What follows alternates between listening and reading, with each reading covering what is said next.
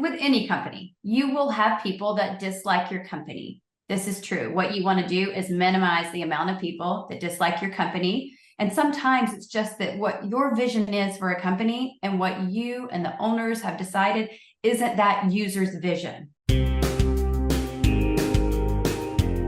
Welcome to the Measure Success podcast, where we feature top leaders on how they measure success in their business and life. Now, let's learn from their experiences.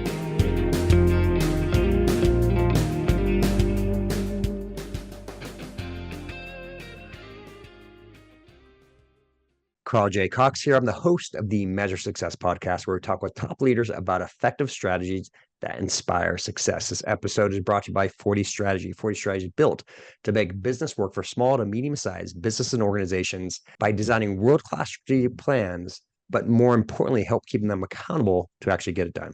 Go to 40strategy.com to learn more. We're also excited about our book that has been released, Lost at CEO, and for a special period of time, and that is right now, we're actually giving a few free copies. If you send me a direct email at carljcox@40strategy.com, say you reference this episode that we have here, and we'll ship you out a signed copy of the book. Or you can go, of course, to amazon.com as well. I'd like to do a special shout out before we introduce our guest to Nick Hutchinson. That's how I met our guest today, Laura Casselman. Nick and he introduced us to the Book Thinkers event in Columbus, Ohio, which was extraordinary, a super fun event.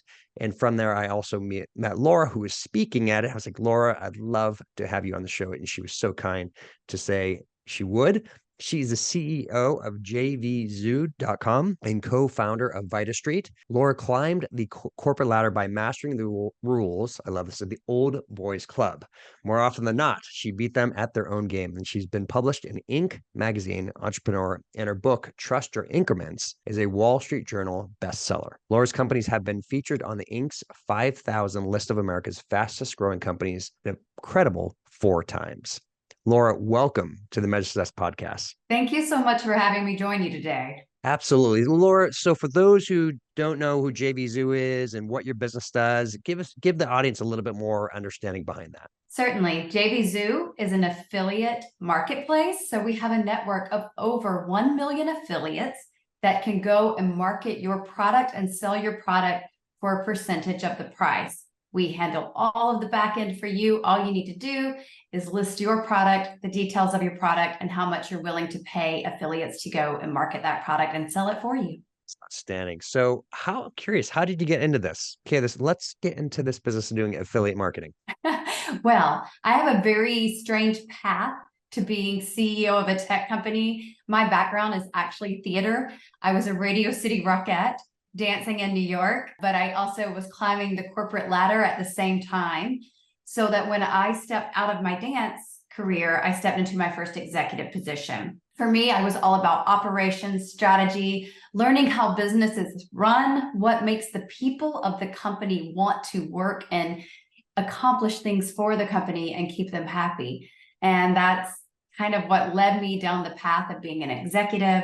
And then I met the owners of JVZoo, got involved with them, started as a consultant. Now I'm their CEO. Wow. That's an awesome experience. And so it's interesting, the opportunity to grow an affiliate, there's a huge opportunity to scale out of that, right? Because of the need of people trying to sell their products and move forward with that process. So help me out a little bit of how fast, I mean, you're from the Inc. 5,000, you're growing pretty fast. What are you doing to make sure you can continue to scale? Oh, as far as continue to scale, it's continue to deliver what we say we will deliver, and just being there, providing great customer support, being approachable and reachable when the users of our software need assistance. We don't say, hey, it'll be 48 hours and someone will get back to you. It's at max 4 hours before they have a resolution to their issue. We are available because we realize our business runs on people. So how long, and that's not an easy to get a 4-hour turnaround and actually a resolution. You didn't say just getting back to them, right? But actually resolving what was actually on hand. So I'm kind of curious, do you do like net promoter type scores? I mean, how do you know? I mean, that you must get a very high set of grading. How do you know it's working and what's enabling them to go, okay, we're going to keep on using you in the future? So we know what we're doing is working because for 12 years now, we have grown organically by a minimum of 800 new users a day. So word of mouth is just out there all the time.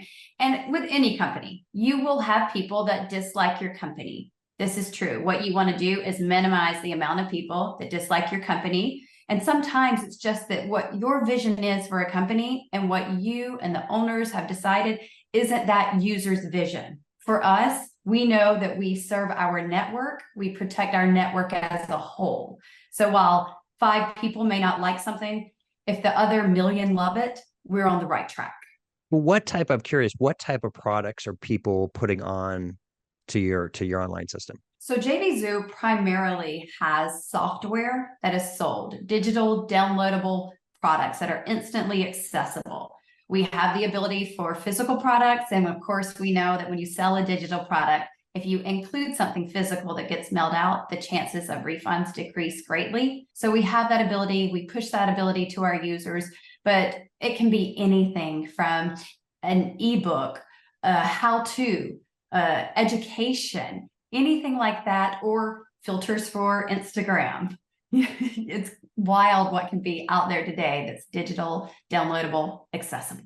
And so now I'll ask the additional question. So you have massive amount of users, people getting to it. So that appears to be like an Amazon, a busy marketplace. So how are they seeing you, right? How is an individual organization being differentiated so they can still be seen in the marketplace? So there are a couple things that people can do when they are new to our network.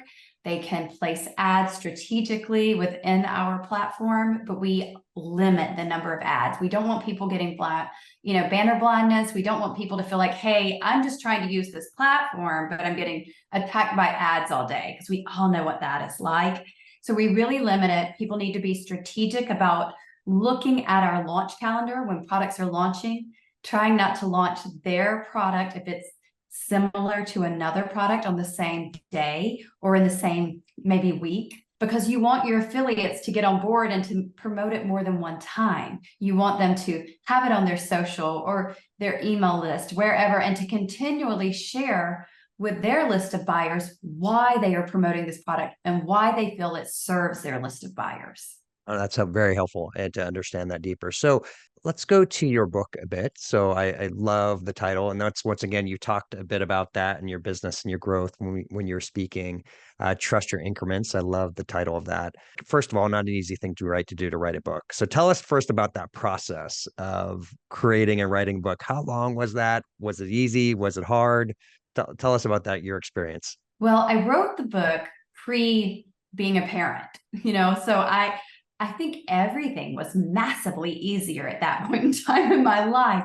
I had no clue of the amount of extra time I had. And not only that, but the time that I had where I wasn't exhausted.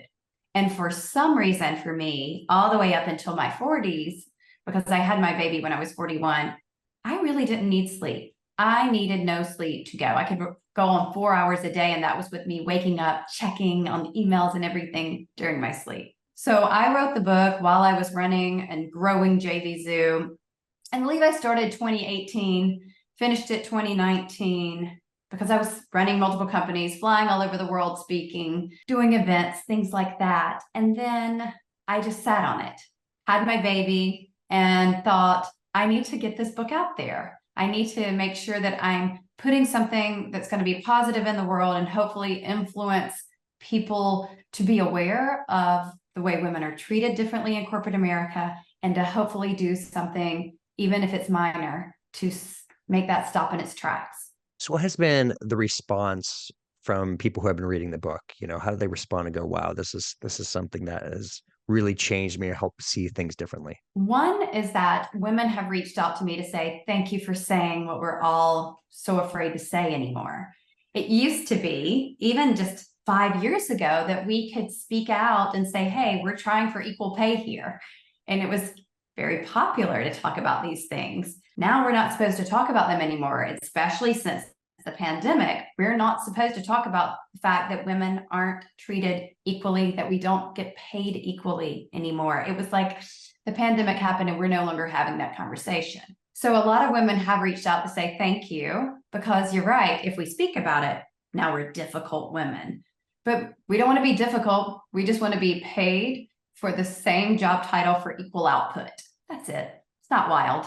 No, absolutely not. And so, what are some recommendations that you do provide to women who are in that situation of where they've either learned or found out, or they're checking out in other places that their pay is 20% less than perhaps the median of somebody who has equal experience, equal output, right, to somebody else is doing?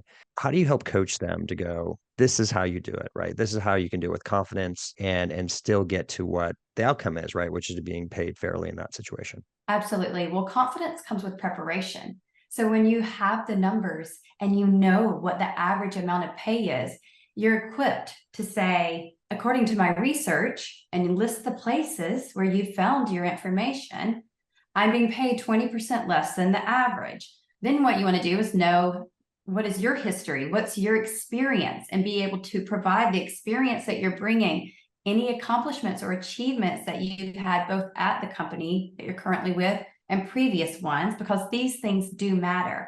And then you need to be prepared to ask. A lot of women don't ask for the raise. They don't ask for what they need, or they don't apply for the next position because they don't meet every single listed requirement in the job posting. But the reality is that neither do the men that are applying for the same job and getting the pay. You just have to prepare, educate and prepare, speak up, and go in willing to say, I know what I bring to the table. Don't have to be angry, just have to be confident. Love that. And I love that you made, with preparation comes confidence, right? And I would say that's so true. It's, whether it's preparing for a test, right? Or an interview, or in your case, you have a salary change, right? That can be a very stressful event for somebody when they're relying upon that job, right? To help pay for their mortgage, rent, expenses, et cetera. And then all of a sudden, they're going and confronting, right? And saying, hey, I think I'm not being paid fairly. Now, it is interesting. You're talking a little bit about there was this period of time in 2020, 21, right, where I would make an argument that the employee kind of owned things a bit, right? Because there was such a challenge of getting people to work, right, in the first place. And now you have the pendulum swinging back 2023 and 2024, where there's a lot of changes going on. You have AI that's being able to automate and take away roles and responsibilities that people have. You have outsourcing going out even to, if you quote unquote, white collar jobs, right? Which is a bit new. Marketing jobs have really changed and transformed over the past 12 to 15 months. So in those situations, right, where I would say there's a little bit more fear that's come back to the employee, what do you now recommend in consulting to men or women, right? In this case of, how do you have confidence now, right? When perhaps in that remote case, you moved to somewhere across because you thought it was okay. And now the employer's like, you need to come back, otherwise you lose your job. What are you doing to help consult and individuals say, hey, this is what you should be doing, and this is why you can still provide value? Absolutely. So one is, again, research and prepare. So you mentioned AI, and a lot of people are scared of AI because companies are utilizing this and replacing people in little bits right now, increments, so to speak, but it will become more and more prevalent. So you need to educate yourself on how to use it as a tool.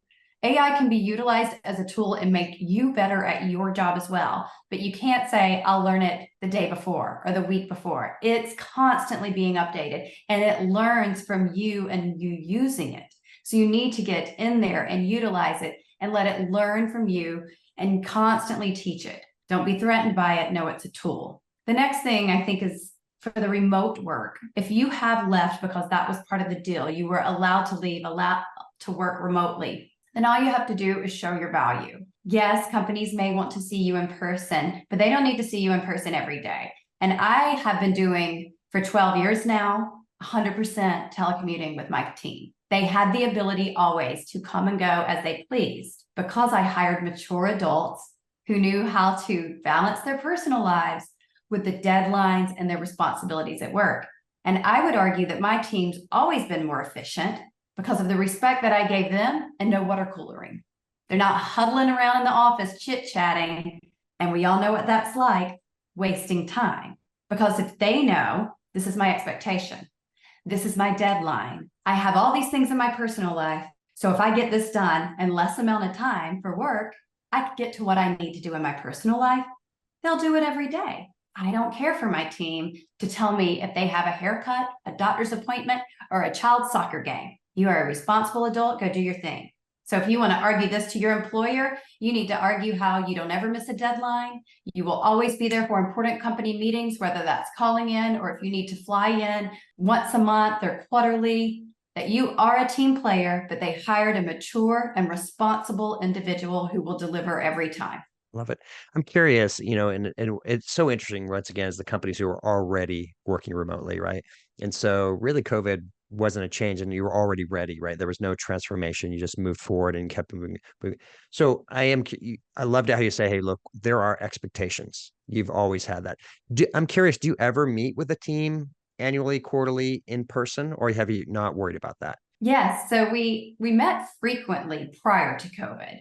We would do required yearly, everybody gets together, we all strategize, we all have fun together, we do team building together, go to dinners, chit chat, water cooler together for, a week at most, maybe 3 days, let's all go home. But when we would have crazy deadlines, maybe I had my dev team on a crazy deadline, I would offer them to fly in, I'll put you up, come into the office every day, work as a team. And that would really motivate them to heads down, let's do it, but we're in this together.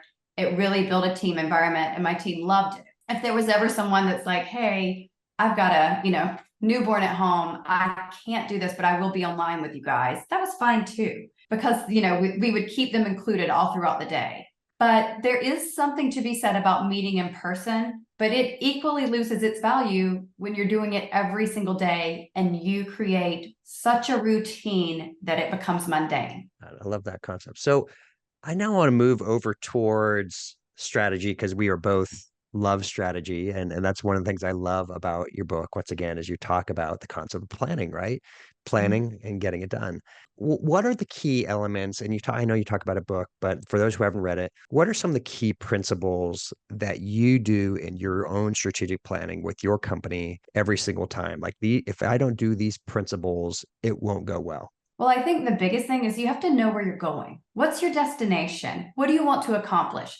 So many people in business don't thoroughly define this. You're never going to accomplish it, especially not consistently. You might once or twice by chance, but usually you'll run out of money by throwing things and seeing what sticks. You've got to know where you're going before you can have a thorough plan. So once you define what you want to accomplish for the year, where you're going as a company, then you remove everything else that doesn't get you there. And it's so important to say no to things that don't support the final vision. Would this make this person happy? Would this make 20% of our users happy? Does it get us where we're going? No. Unfortunately, we have to say no to that.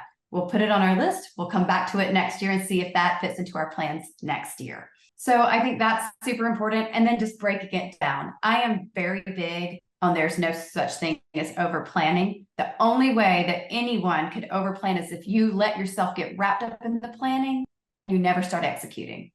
So I think, you make the plan, you break down the plan, quarters, milestones, days, and then you check off your list every single day. And I always plan for the next day before I finish today.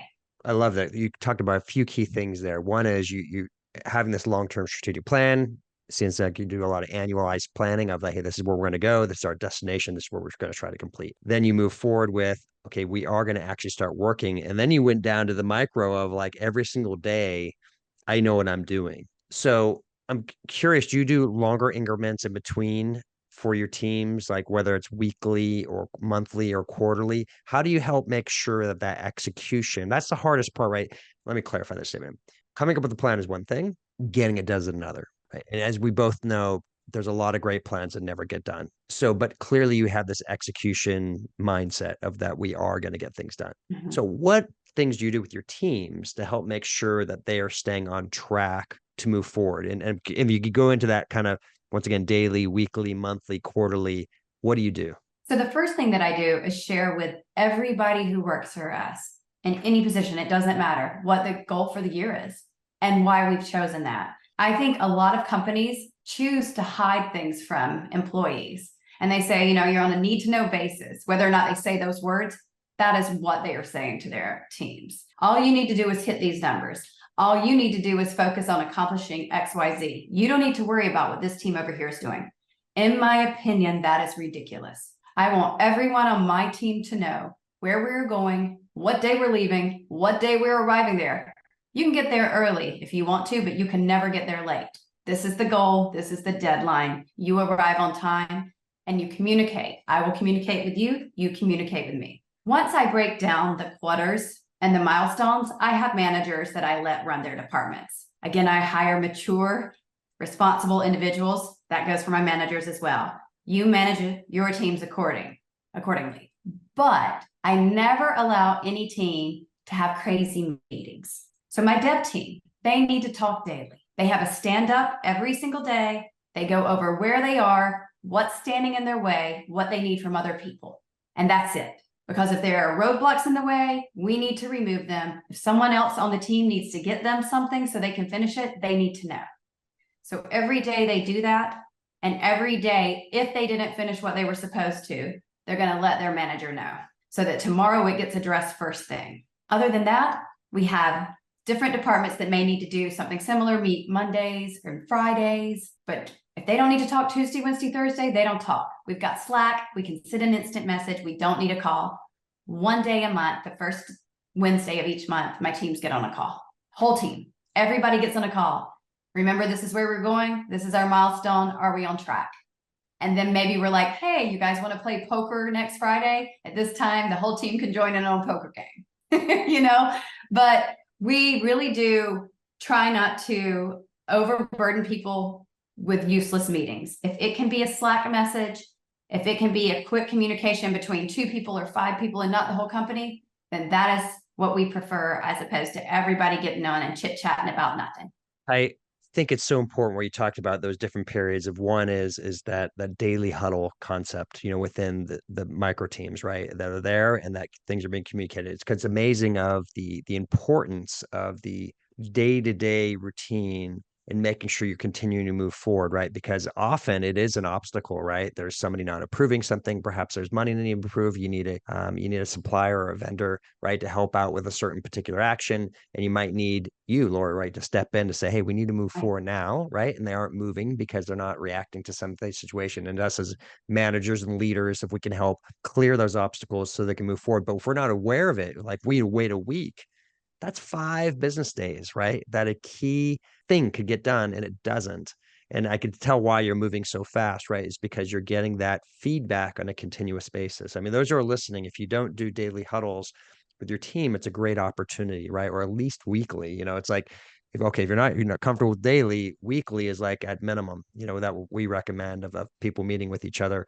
And I love it that you do that on a consistent basis to make sure that people are working well. And I will switch it up too. So if I have people that are doing a daily stand up or huddle, what we'll say is, okay, let's do calls for this long. And then we're going to set it up in Slack where it's automated and it sends it to them at this time each day. And it's like, hey, these are the 3 things or the 5 things we need to know right now. I don't need complete sentences.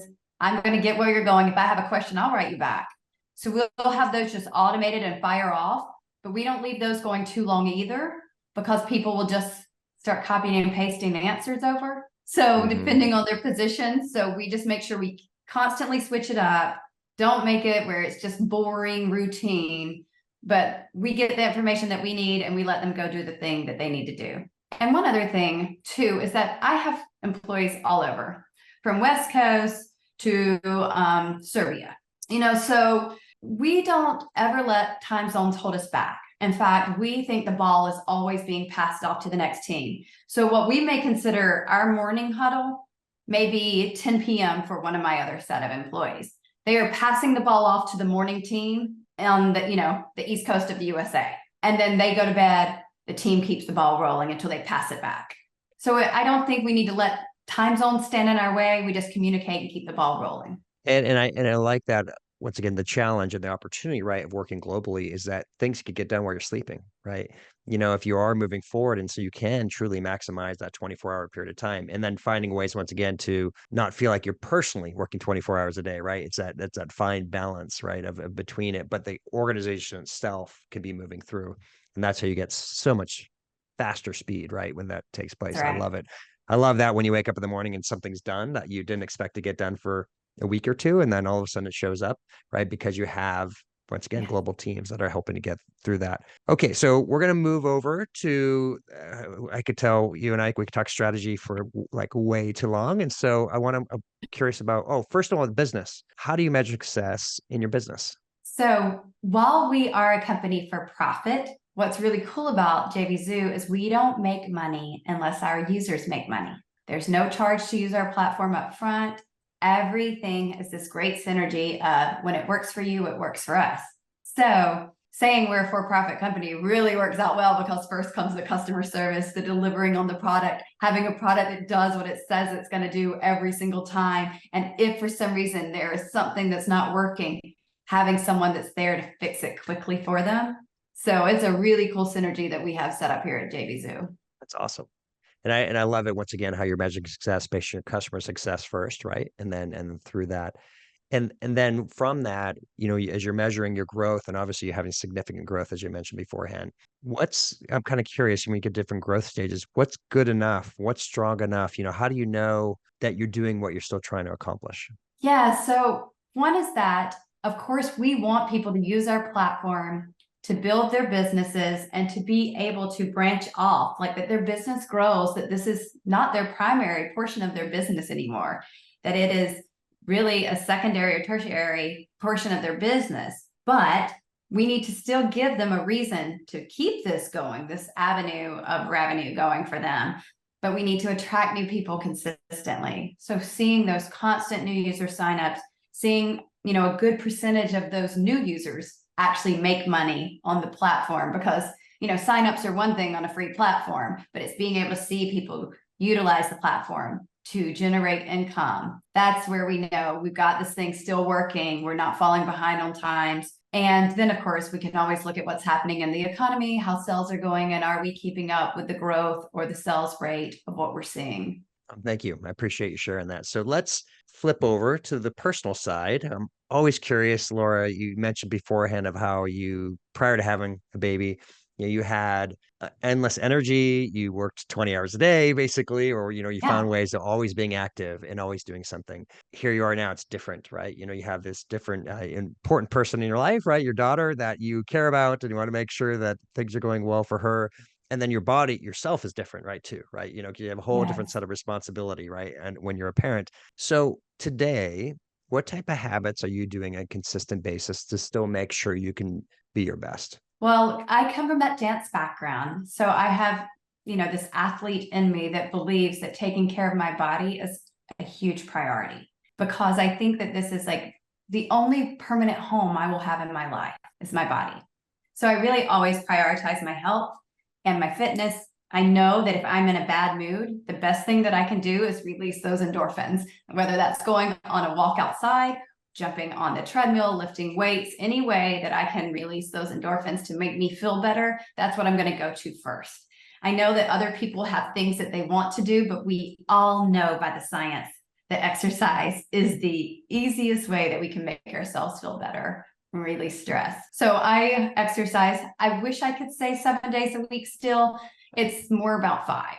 I'm on a 5-day a week. Sometimes I'm just having cuddles with my 3-year-old on the couch on the weekends, like in the morning. And my schedule's changed completely. I used to be the person that I was up way before the sun came up. And as soon as the sun started rising, that's when I would run on the beach. I wanted to run with the sun rising on the beach.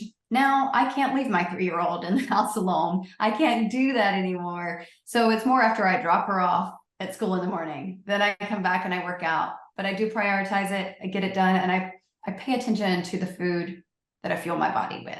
I'm not one of those people that's like, no sugar ever, no doing this. I am more of like a 85. I want to say 80-20, but I'm more like 85% of the time I'm doing great. And the rest of the time, I'm going to cheat a little. I'm going to have like some sugar with my daughter. We're going to celebrate the holidays and have a little donut or something, but it's all balance, and it's choosing the healthier options more times than not.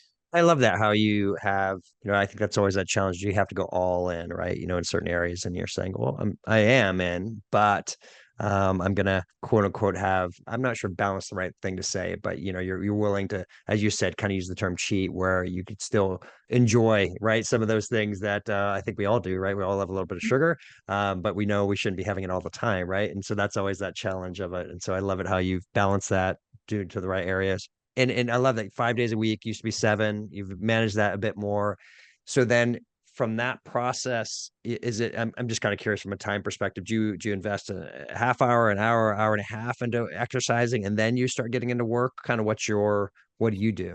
I am no longer like a consistent machine. It really depends on the day. There are some mornings that I get off the treadmill, say I've been on the treadmill 45 minutes, and I come straight to my desk sweaty because I need to get on with my team. I need to get things going with them. And then I look up, it's 11 a.m. and I still haven't showered because I didn't have something like this podcast with video that we're doing today. There are other days that when I get back from school drop off, I know you have 30 minutes to work out, and then you have to get in the shower and you've got 25 minutes. Like I know these things. I'm like, okay, no lollygagging, get it done. And that's why I prepare for the day, today to yesterday. I prepare in advance. I know what I'm looking at. I know my schedule. I couldn't fit it in today because I can, as long as I know my schedule and I plan it accordingly. And then of course, playing with your toddler, that is exercise in itself. Sometimes dangerous exercise when they start jumping all over you, but it's still exercise. When you are planning your next day, I'm curious, what type of, do you put it on? Do you just piece of paper? Do you put it on your phone? Do you put it, how are you making sure you're keeping track every single day that you're doing what you're supposed to be doing? So I am a tech CEO who believes in pen to paper. And that's because I do educate myself. I always come armed, ready to go. And I know that the research proves that the simple act of pen to paper is associated with more robust brain activity. So yes, if I am out and about and I don't have my pen and paper with me, I'll jot something down in the notes app of my phone. But then when I get back and I'm planning my next day, I just use a spiral bound, cheapo notebook, nothing special about it. You don't need to spend a lot of money to plan appropriately. And I just have my to-do list for tomorrow. And I try to put it in order, but there are times that something comes up later. So I'll just star it to say, hey, this needs to be reprioritized in the morning. And that, grab it first. And then I eat the frog. I do the uncomfortable, not fun things first so that I can get to the easy things later. And I make sure that things that need the most attention or the decision-making power get done first while I'm fresh. That's great advice. So how do you measure success in your personal life? Oh, in my personal life, I would say success is measured by the relationships that I've built, the people that I have chosen to have in my life and how they view me in our relationship as well. Love that answer. It's so interesting, right? Of here, the majority of our talk, right, is about business and getting things done and growing and getting a high achiever. But at its core, what people remember is your relationships, right? And how you impacted other people. Right. And I love it how that is a key way of how you're measuring your personal life. So thank you for sharing that. What's a book, not your own, Trust Your Instincts? Of course, I would recommend that to people who are listening. But what is a book that really inspired you that you like to share with our audience? I love Ready, Fire, Aim. From 0 to 100 million. I have read that multiple times. Sometimes I read it for inspiration. Sometimes I'm like, I know I'm going to find something I already know, but I just seem to have lost along the way again in this book. And it just motivates me to go, I know how to do this. I know how to take a business from nothing to something. And so let me refresh my memory. So that's a go-to for me. Laura, this has been an awesome podcast. I think you're a great inspiration. I love how you're growing businesses. You are managing your personal life, business life, and getting things done. How can people connect and learn more about you? Sure. You can go to lauracasselman.com or social media, the Laura Casselman, and I am responsive. So if you message me, you have questions, I will get back to you. That's awesome. Laura, thank you so much. It's been an absolute pleasure to have you on the Measure Success podcast. Thank you for having me. Absolutely. And to everyone else who's listening, we are so grateful for it. We encourage you to go out and rate our show. That's, of course, how our show continues to grow as we are striving to become in the top 1% of U.S. business podcasts. So we're moving in that direction. We're so excited about. And then secondly, as we always like to say, wishing you the very best and measuring your success. Have a great day. Thanks for listening to the Measure Success podcast. We'll see you again next time to learn from the best. Remember to subscribe now to get future episodes.